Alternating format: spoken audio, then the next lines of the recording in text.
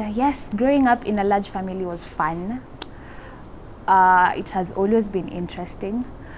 And for me, my health part, I have always been a healthy baby, always. Since I was a child, I have never been admitted to hospital. I think the only time I was admitted was when I was a kid. I think one of my breasts had enlarged. But other than that, growing up, no admissions, no serious illnesses, all the way to my high school. So from class 8 to high school, of course, I wanted to go to a national school. I did, which was fun for me. I went to Limuru Girls. The 4 years went smoothly for me, nothing major that happened until I was in my 4th year, my final year from 4. I started having allergies. I started feeling extremely cold at night.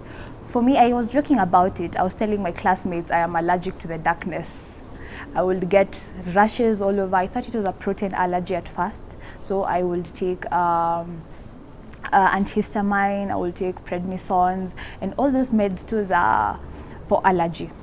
And then after my high school, the year that we were out was okay for me. And when I joined campus in 2017 September, I was still okay. But when it came to 2018, I think that's the year when it was really cold. I think in January, we were having extreme temperatures. So I started having really extreme joint pains. I will not get out of bed. Nikiamka asubuhi, I will remain still in bed. I will remain still in bed for a while. And then after like 5-6 minutes, then I would feel my body and now I would wake up. So it started slowly. I would feel pain when I hold my pen. I would feel pain as I walk. One day I'm limping, the next I'm okay. 1 minute I'm limping, the next I'm okay. So I told my mom, I'm not feeling okay. I feel like my body is not okay. So she took me to a general doctor. The doctor asked me how I'm feeling. I told her this and this and this, and then I was referred to a rheumatologist. So when I went to the rheumatologist, he said that probably it's arthritis, but we have to do tests to confirm.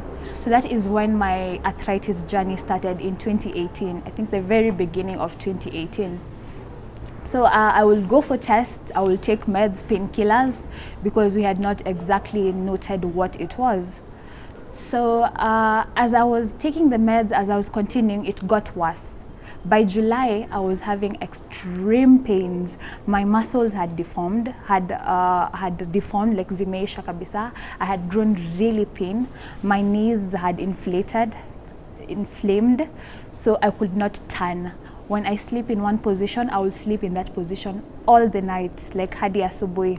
Because when I turn, I feel extreme pain in my knees or my wrists.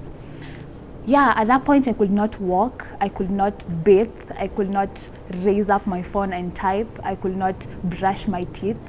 Literally, my sisters were doing everything for me. They were washing me, they were carrying me from the bed to the seat, they were brushing my teeth for me. Like literally, I could not do anything. I wouldn't even go to the washroom and open my pants because my hands were extremely painful. Just folding my hands was extremely painful for me. I think in that year, 2018, I was diagnosed. The doctor said it was juvenile idiopathic arthritis. That means that they do not know what form it's going to take. It is still active in the body. They don't know. So I will take meds. I was still on tests. And then now we started doing admissions. We did admissions for a while, and then the doctor actually said that it's finally rheumatoid arthritis. So I would go for, there was a new drug in the market that is called tocilizumab. So I will go for admissions and get injections for that for 3 days, 3 nights.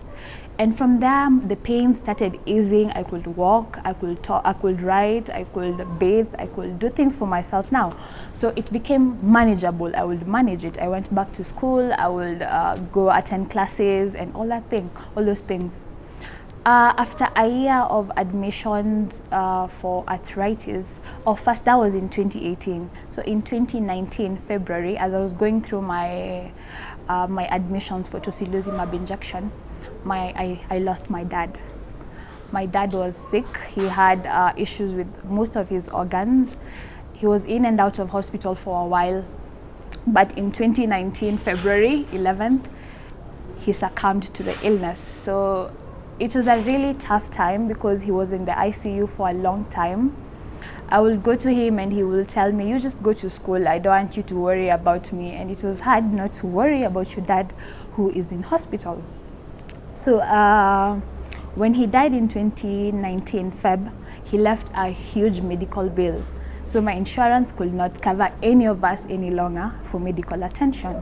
So this is like in the middle of my tocilizumab injections. So I had to stop immediately, like out of nowhere, just stop.